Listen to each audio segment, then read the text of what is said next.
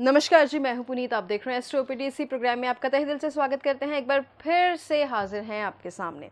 तो फिर मुझे लगता है कि सेहत आपकी बिल्कुल सही है और बाकी कुंडली भी आपकी सही होनी चाहिए। कुंडली सबकी सही होती है, लेकिन हमें पता होना चाहिए कि हमें अपनी ज़िंदगी को किस दिशा में लेके जाना है, और अगर ये जानना है तो फिर एस्ट्रोपीडी है। सिंपल सी बातें हैं, सिंपल से नंबर है जो नीचे हैं, वो भी आप ही के लिए हैं। तो आज जो है हमें कंजंक्शन की बात करनी है। कंजंक्शन क्या होता है? कंजंक्शन होता है जब दो प्लैनेट्स जो हैं वो एक साथ हों। जब वो एक साथ होते हैं, कभी कभी हमें कहते हैं अच्छा ये तो एक साथ बैठे हैं, ये तो बिल्कुल बहुत बड़ा पंखा हो गया है, लेकिन ये या फिर बहुत अच्छा होने वाला है। ये जब दो प्लैनेट्स, कौन से ऐसे दो प्लैनेट्स जो होते हैं जो साथ में होते हैं तो अच्छा होता है, साथ में होते हैं तो बुरा होता है, इसका हमारी ज़िंदगी में क्या इम्पैक्ट पड़ता है, आज जानना बहुत ज़रूरी है और सबसे ज़्यादा इंटरेस्टिंग है। और गुड लक रिपोर्ट है हमारे पास। आज देखेंगे किसकी बारी आती है, किसकी किस्मत खुलती है, जिसकी गुड लक रिपोर्ट जो है उसके घर तक पहुँचेगी। और टिप ऑफ द डे भी है। तो शुरुआत करते हैं। पहले स्वागत करते हैं, बहुत बहुत स्वागत है सुनील। नमस्कार मुनीत जी। आज मैंने बहुत सब इतनी जल्दी जल्दी इस वजह से बात की क्योंकि आज बात करने के लिए बहुत कुछ है और आज पूरा एपिसोड जो है वो इसी पे निकल जाएगा। क्योंकि जब जिंदगी के पे असर की बात आती है तो हम सभी जानना चाहते हैं कि असर क्या होता है। कंजंक्शन यानी कि जब दो प्लैनेट्स आसपास होते हैं, इकट्ठे होते हैं, तो उनका हमारे पे क्या असर होने वाला है। करेक्ट। ये पिछले शायद एपिसोड में किसी ने पूछा भी था और हमने कहा था कि एक टॉपिक उसके ऊपर करेंगे। देखिए, कंजंक्शन ऑफ प्लैनेट्स जो होता है वो हमेशा बुरा नहीं होता। क्यों बुरा नहीं होता? कोई भी ऐसी कुंडली उठाइए जो जिसमें ये ऐसा ही कॉम्बिनेशन बना हो, ऐसे कंजंक्शन बना हो। मान लीजिए शनि चंद्र वाली कुंडली उठा लीजिए, ठीक है। इसको बड़े ब्लंटली कह दिया जाएगा इसमें ये विष योग है, मानता हूं विष योग है, बट ये इंपैक्ट क्या डालेगा ये डिपेंड करता है। दैट डिपेंड्स किस घर में बना हुआ है। शनि उच्च के हैं, शनि नीच के हैं, चंद्र अपनी कंफर्टेबल राशि में है, चंद्र नीच है, डिपेंड करेगा।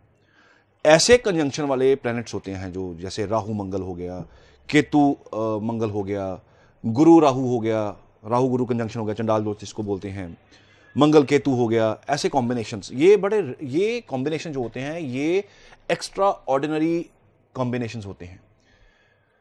एक्स्ट्रा ऑर्डिनरी क्यों होते हैं? ऐसे लोग कुछ स्पेशल करते हैं, कुछ बड़ा करते हैं। Let's talk about Rahu and चंद्रमा। चंद्रमा आपका मन हो गया, माइंड हो गया आपका, ठीक है। राहु हो गया फोकस। अब राहु क्या है? राहु का मतलब है कि विशाल चीज, लिमिटलेस थिंग्स। अपनी कुंडली उठाइए जिसकी कुंडली में राहु चंद्रमा कॉम्बिनेशन होगा, ध्यान रखिएगा उस बंदे का फोकस बहुत बड़ा होगा। फोकस क्या? कि मुझे जिंदगी में कुछ बहुत बड़ा करना है। छोटी मोटी चीज में वो सेटिस्फाई नहीं होगा। सेटिस्फैक्शन लेवल बहुत ज्यादा हाई होगा। हाई किस सेंस में? छोटी मोटी चीज से सेटिस्फाई इंसान नहीं होगा, बहुत हाई लेवल पे जाके सेटिस्फैक्शन मिलेगा, छोटे लेवल पे सेटिस्फैक्शन नहीं मिलेगा। कोई भी चीज देंगे तसल्ली नहीं होगी, मुझे पसंद नहीं है, मुझे सेटिस्फैक्शन नहीं हुआ इससे। वही अगर चीज आप किसी बड़े तरीके से, बड़े बढ़िया तरीके से पैक करके, ब्रांडेड रैपर करके उसको प्रेजेंट करेंगे, वो चीज पसंद आ जाएगी। बात सेटिस्फैक्शन की है। राहु चंद्रमा के कंजंक्शन जब होते हैं ऐसी कुंडली में, ऐसे लोगों की सेटिस्फैक्शन लेवल और एक्सपेक्टेशन लेवल बहुत ज़्यादा हाई होता है। ऐसे लोग छोटी मोटी चीज़ों से जल्दी सेटिस्फाई नहीं होते। इनका ज़िंदगी का गोल भी बहुत होता है। तरीका चाहे जो मर्जी हो, राहु खराब शॉर्टकट, राहु अच्छा शॉर्टकट बट दिमाग लगा के। राहु खराब इलीगल वे से आगे बढ़ेंगे, बड़ा करना है, बड़ा बनना है, चाहे इलीगल वे से बनेंगे। लेकिन अगर राहु चंद्रमा अच्छे हों, तरीके से भी बनेंगे, लीगल वे भी यूज करेंगे, इलीगल भी करेंगे, लेकिन सोच समझ के करेंगे, लेकिन करेंगे कुछ बड़ा। कुंडली उठाइए किसी ऐसे इंसान की जो बहुत बड़ा हो, इंडस्ट्रियलिस्ट हो बहुत बड़ा, कोई रियल एस्टेट का काम करता हो बहुत बड़ा, उसके अगर कुंडली में देखिएगा राहु चंद्रमा का कॉम्बिनेशन जरूर आपको मिल जाएगा। कोई भी बड़े उद्योगपति या कोई बड़े इंसान की बात करें, उसमें ऐसा कॉम्बिनेशन मिलता है। चंद्रमा राहु का या राहु चंद्रमा आपस में आस्पेक्ट होंगे, देख रहे होंगे इसको, एक दूसरे को दृष्टियां होंगी एक दूसरे के ऊपर, यहाँ कंजक्ट किए होंगे और कंजंक्शन भी बड़ा क्लोज होगा। सो ये कंजंक्शन जो होते हैं इंसान को कुछ बड़ा करवाते हैं, छोटा नहीं करवाते। लेट्स से राहु मंगल की बात करते हैं। दलेरी इतनी होती है ऐसे इंसान में। एक तो मंगल दलेरी के कारक, हनुमान जी रिप्रेजेंट करते हैं मंगल को, और मंगल रिप्रेजेंट करता है हनुमान जी को। सो हनुमान जी जितना दलेर कोई दुनिया में हुआ ही नहीं। ऊपर से राहु, जिसको कोई लिमिट, जिसको डर ही कोई नहीं है, जो बिल्कुल निडर है। वो देवताओं के बीच में बैठ के अमृत पी लेता है राहु, और उसकी हिम्मत देखिए, उसकी दिलेरी देखिए कि उसको कोई डर नहीं था।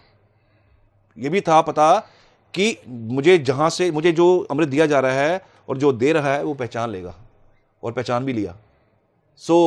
लेकिन डरा नहीं।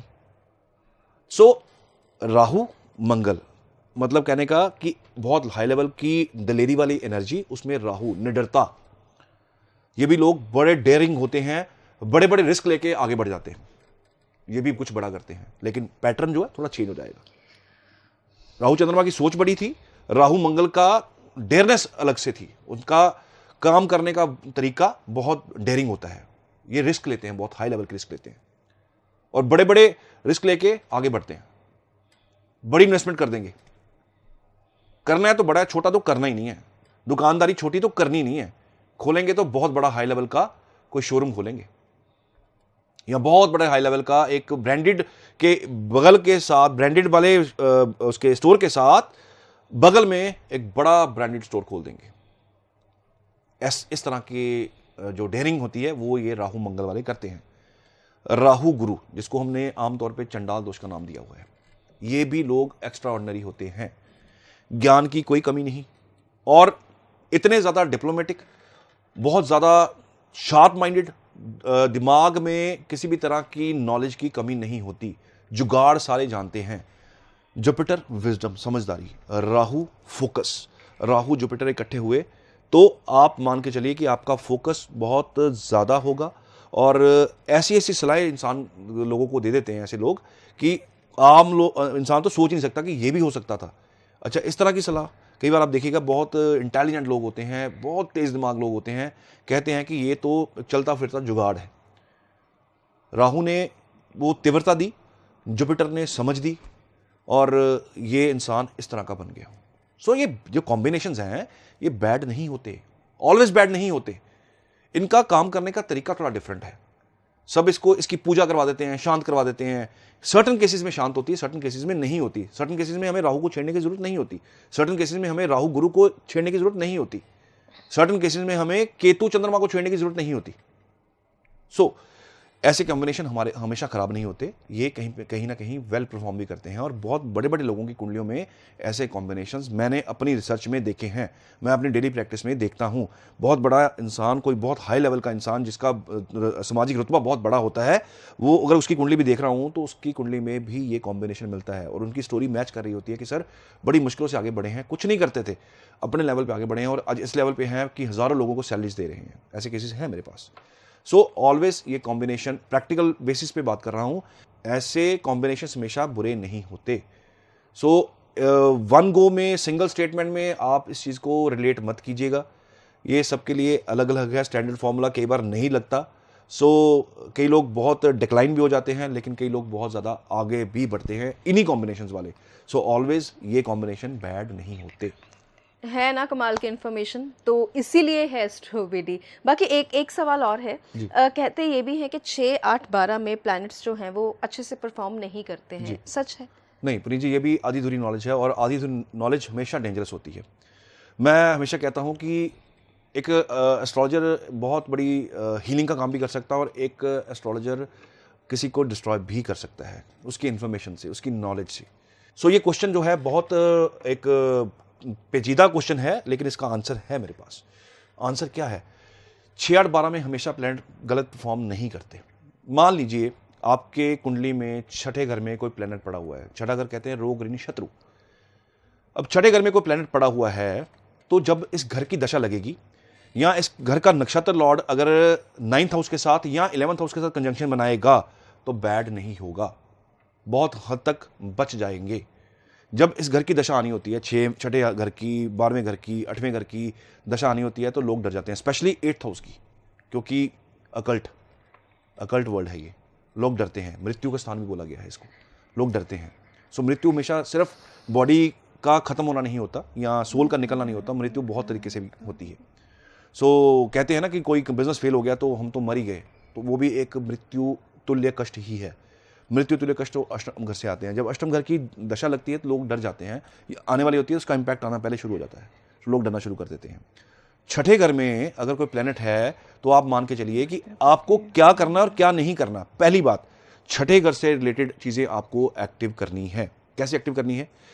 सपोज कीजिए छठे घर की दशा लगने वाली है, रोग ऋण शत्रु एक्टिव होंगे। सो करना क्या है, पहले तो इस घर के जो रिलेटेड जो जानवर हैं कभी उनके ऊपर अत्याचार मत कीजिएगा, खाइएगा नहीं। छठे घर के जो एनिमल्स होते हैं उनको खाया नहीं जाता, खाएंगे फंसेंगे। छठे घर के जो एनिमल हैं उनकी सेवा किसी भी रूप में करें, चाहे खाना दें चाहे कुछ भी करें, किसी भी रूप में दें। छठे घर का आप कोई जानवर घर में पाल सकते हैं, जो रिकमेंडेड है वो आप पाल सकते हैं, क्योंकि पेट डॉग्स जो होते हैं, पेट आपके कैट्स होती हैं या पेट एनिमल्स होते हैं आपके घर के अंदर, वो छठा घर है आपका, 6th हाउस है। चींटियों तक का घर छठा है, इनको तकलीफ मत दीजिएगा, वरना छठा घर एक्टिव होकर आपके लिए नुकसान हो जाएगा। इसके सिग्निफिकेंस को पकड़ लीजिए, आपको तंग नहीं करेगा। लोन का घर है, छोटा मोटा लोन किसी अपने यार दोस्त से उठा लीजिए, ज़्यादा नहीं उठाना, 10-20 हज़ार का उठा लीजिए कि बड़ा ना लेना पड़े, बड़े में ना फंस जाइए। इसमें यह भी होता है कि इस दशा जब आ रही होती है तो कोई पेंडिंग लोन चल रहा होता है आपका, या आप लोन की वेट कर रहे होते हैं कि लोन मिल नहीं रहा। छठे घर की दशा एक्टिव होते ही या अंतरदशा एक्टिव होते ही लोन मिल जाता है। कंपनीज आपको खुद जो है अप्रोच करती हैं, जिनको बहुत सारे कॉल्स आते हैं सुबह से लेकर शाम तक। देखिएगा, नोट कीजिएगा चीज़, जिनकी छठे घर की दशा लगी होगी या अंतरदशा लगी होगी, उनको सुबह से लेकर शाम तक 3-4 कॉल्स आती हैं, सर हम फलां बैंक से बोल रहे हैं, फलां कंपनी से बोल रहे हैं, आपको लोन की रिक्वायरमेंट है तो हमें बताइए। जिनके छठे घर की दशा नहीं लगी होती, छठा घर एक्टिव नहीं होता, छठे घर की दशा अंतरदशा गोचर में छठा घर एक्टिव नहीं होता, उनको फोन नहीं आता, उनको लोन देने वाला बंदा नहीं पहुंचता, या उनके माइंड में क्लियर होता कि लोन लेना ही नहीं, लोन उनके आसपास भी नहीं भटकता। लेकिन छठे घर की एक दशा लगनी हो, अगर आपका कोई आप लोन लेना चाहते हैं, बड़े समय से नहीं मिल रहा, डॉक्यूमेंटेशन की दिक्कत आ रही है, आपने कोई भी लोन लेना है, घर का लेना है, शादी का लेना है, गाड़ी का लेना है, पर्सनल लोन लेना है, कोई भी लेना है, इस दशा में मिल जाता है। सो अगर आप लोन नहीं लेना चाहते तो छोटा मोटा लोन किसी अपने यार दोस्त से उठा के उसको 2 किस्तों में वापस कर दीजिए, 2 या 3 किस्तों में वापस कर दीजिए। छठा घर आपका बैलेंस हो जाएगा, उसकी दशा आपको तंग नहीं करेगी। आप इसको कुछ देर के लिए कर सकते हैं, क्योंकि छठे घर की दशा कोई भी किसी भी ग्रह की लगी है तो लंबी जाती है, तो लंबी दशा का उपाय आप ये रिपीटेडली कर सकते हैं। सो जानवर मत खाइएगा, इस जानवरों की सेवा कीजिएगा, छठा घर आपको तंग नहीं करेगा। इसके बाद अगर मैं बात करूं, सपोज कीजिए छठे घर में कोई प्लैनेट पड़ा हुआ है, बुध पड़ा हुआ है, तो छोटे बच्चों की मदद कीजिए। छठा घर आपका आपके पेंडिंग ऋण होते हैं, कोई भी ग्रह आपका पड़ा है, कोई भी आपका राशि लिखी हुई किसी जगह पे, वो आपके पेंडिंग कर्म भी होते हैं, प्रीवियस आपकी कुछ पेंडेंसी चलती आ रही होती है। बुध अगर इस घर में पड़ा हो, राशि कुछ भी हो, बुध अगर इस घर में पड़ा हो छठे घर में, तो छोटे बच्चों की मदद कीजिए, खास करके 9 ईयर्स की छोटी जो लड़कियां होती हैं, कुंवारी लड़की जो होती हैं, उनकी भी कर सकते हैं, उनकी आप मदद कीजिए। उनके लिए जब भी आप हेल्प मांगे आपसे, उनको हेल्प दीजिए, चाहे उससे 100, 50, 500 हज़ार देना पड़े दे दीजिए, उनकी मदद कीजिए, क्योंकि वो आपकी ड्यूटी है। 6th हाउस आपकी ड्यूटी का घर भी है, सर्विस का घर भी है। सो आपकी ड्यूटी बनती है यहाँ पे इस चीज़ का डोनेशन या इस चीज़ की हेल्प करने की। छठे घर में सपोज कीजिए सूर्य आ जाए तो उसकी भी आपको हेल्प करनी चाहिए। किसकी हेल्प करनी होगी? पहले तो खुद की मदद कीजिए, टैक्सेस की चोरी मत कीजिए, सरकार की तरफ से जो टैक्सेस लगते हैं उसकी चोरी मत कीजिए, सूर्य सरकार है। सो सरकार के से जुड़े हुए चीज़ों का आप उल्लंघन मत कीजिए, रूल्स मत तोड़िए।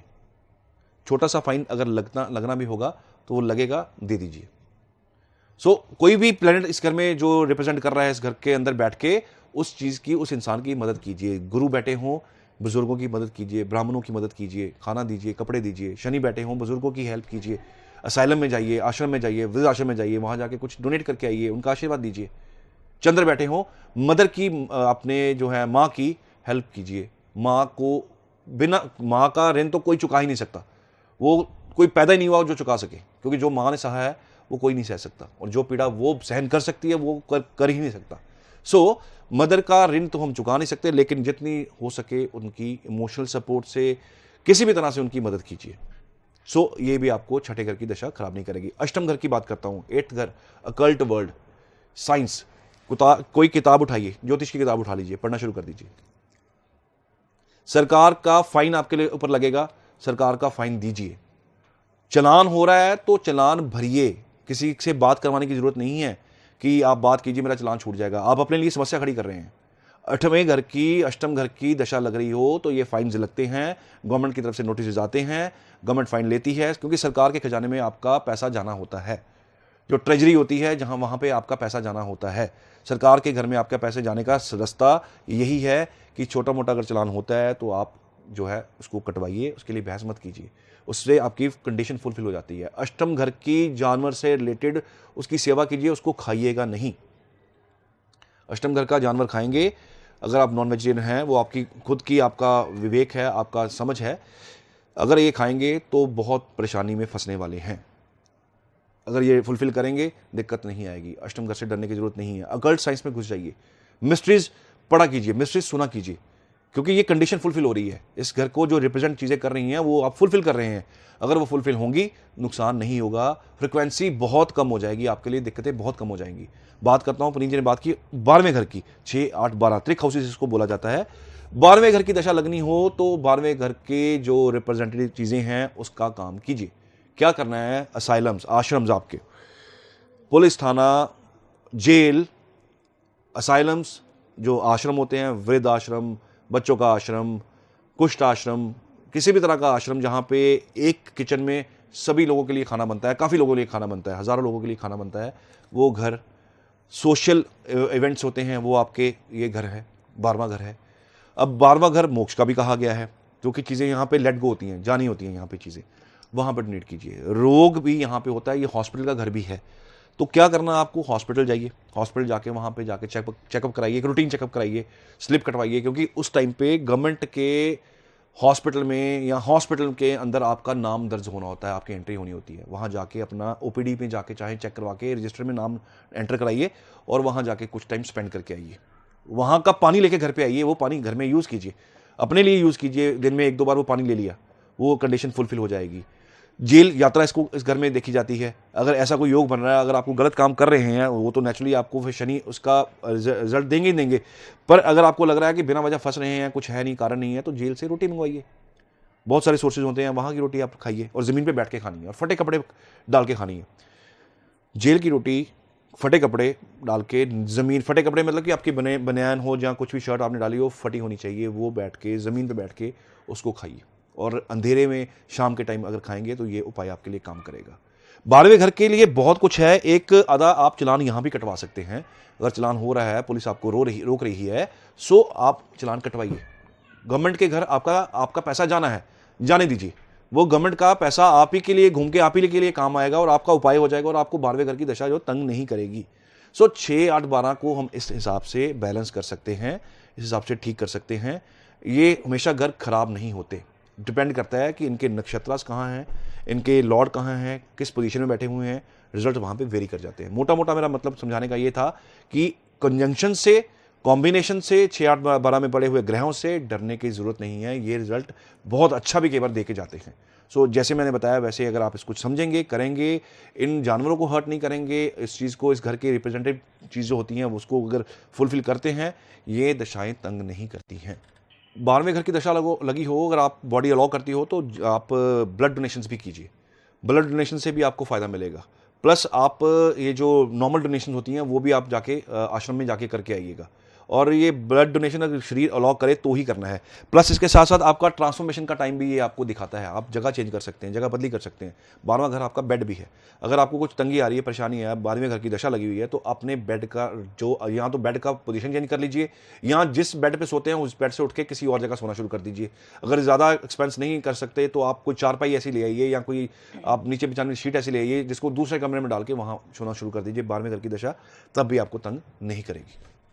मुझे लगता है कि ऐसी जानकारी नहीं मिली होगी, क्योंकि बहुत सारी मिसकंसेप्शंस होती हैं जब हम इन प्लैनेट्स की बात करते हैं, खास करके 6, 8, 12 के लिए इतनी मिसकंसेप्शंस हैं। लोग आधी अधूरी जानकारी लेते हैं सुनील जी, और आगे जो है वो अपनी गाड़ी चला लेते हैं और डर जाते हैं कि अब देखो अब तो क्या ही होने वाला है ज़िंदगी के साथ। लेकिन आज जो आपने एपिसोड देखा, इसको मुझे लगता है कि अगर चीज़ वैसे तो समझ में आएगा, लेकिन इसको फॉरवर्ड भी कीजिए, आगे शेयर भी कीजिए, क्योंकि जो लोग आज तक इन 6, 8, 12 के बारे में गलत समझ रहे हैं उनको पूरी जानकारी मिले और वो डरना एकदम बंद कर दें, क्योंकि इसमें डरने वाली बात नहीं है। और अगर कुछ है भी तो सुनील जी जो हैं वो बैठे हुए हैं। तो गुड लक रिपोर्ट के बारे में बात जो है वो ज़रूर करनी है। कीर्ति गोवर्धन है, ये कह रही हैं कि मेरी बेटी की कुंडली है, 11th क्लास में है, नॉन मेडिकल कर रही है। पढ़ाई में एकदम से कह रही हैं कि मन उठ गया है, बहुत इंटेलिजेंट थी लेकिन एकदम से पता नहीं क्या हो गया है। अब बोल रही हैं कि आप इसका निवारण करें। जी, आपकी गुड लक रिपोर्ट जब बन के आएगी मुझे देखना पड़ेगा कि फोकस क्यों हटाया कोई ना कोई, क्योंकि ट्रांजिट बहुत हुए हैं अभी रिसेंटली, बहुत ट्रांजिट होने भी जा रहे हैं। सो रीज़न हो सकता है जब कोई प्लेनेट ट्रांजिट करने वाला होता है उसका इम्पैक्ट हमें देखने को मिलना शुरू हो जाता है। जब किसी घर में कोई गेस्ट ने आना हो तो फ़ोन आता है कि हम आ रहे हैं, घर में तैयारियां शुरू हो जाती हैं, इम्पैक्ट आना शुरू हो जाता है। सिमिलरली जब एक प्लेनेट दूसरे घर में प्लेनेट गोचर करेगा सो उसकी तैयारियां जो हो वो आपको इम्पैक्ट दिखेगा, उसकी तैयारियां होनी शुरू हो जाती हैं। सो हो सकता है that may be the reason. So I will check and आपको मैं इसका रिस्पॉन्स देता हूँ जल्दी ही, और आपको इसका उपाय भी लिख के भेजूंगा, वो आप कर दीजिएगा, बच्चे का फोकस ठीक हो जाएगा। तो उपाय बिल्कुल सारे मौजूद हैं, थोड़ा सा फोकस्ड रहने की ज़रूरत है, एस्ट्रोपीटी के साथ जुड़े रहने की ज़रूरत है। उपाय तो सारे ही मिल जाएंगे और कोशिश यही है कि हर घर में खुशियां जो हैं वो रहें। और खुशी वाली एक टिप जाते जाते अभी जैसे गोचर होने जा रहे हैं, सो सबके लिए एक जनरल रेमेडी है। ये गोचर काफ़ी लाइफ में इम्पैक्ट डालने वाले हैं। खीर बना के, अमावस्या को खीर बना के इसको दान कीजिए। आप कुंडली की कुछ भी पोजीशन हो, ग्रहों की कुछ भी पोजीशन हो, वो मत देखिएगा। बस आप जब जब गोचर होगा, जैसे इस प्लेनेट का, जैसे राहु केतु का अभी होने वाला है रिसेंटली 12 अप्रैल के आसपास, 13 अप्रैल को गुरु गोचर करेंगे, 28-29 के को शनि जो है वो गोचर करने वाले हैं। सो उन दिनों में खीर बना के डोनेट कीजिएगा। सो कुछ ना कुछ हद तक आपको रिलीफ जरूर रहेगा। तो खीर जो है वो डोनेट भी कीजिए, खुद भी खाइए। खुद भी खा सकते हैं? खुद भी खा सकते हैं। खुद भी खा सकते हैं। तो डोनेट जो है वो ज़रूर कीजिए। देखिए कभी कभी ऐसे होता है कि बहुत बड़ी उलझन का जो हल होता है वो बहुत छोटा सा होता है, और इस एपिसोड में आपको ऐसे ही हल मिलते रहे हैं और आगे भी मिलते आएंगे। तो अपना ध्यान रखिए, फिलहाल जल्दी मिलते हैं। धन्यवाद।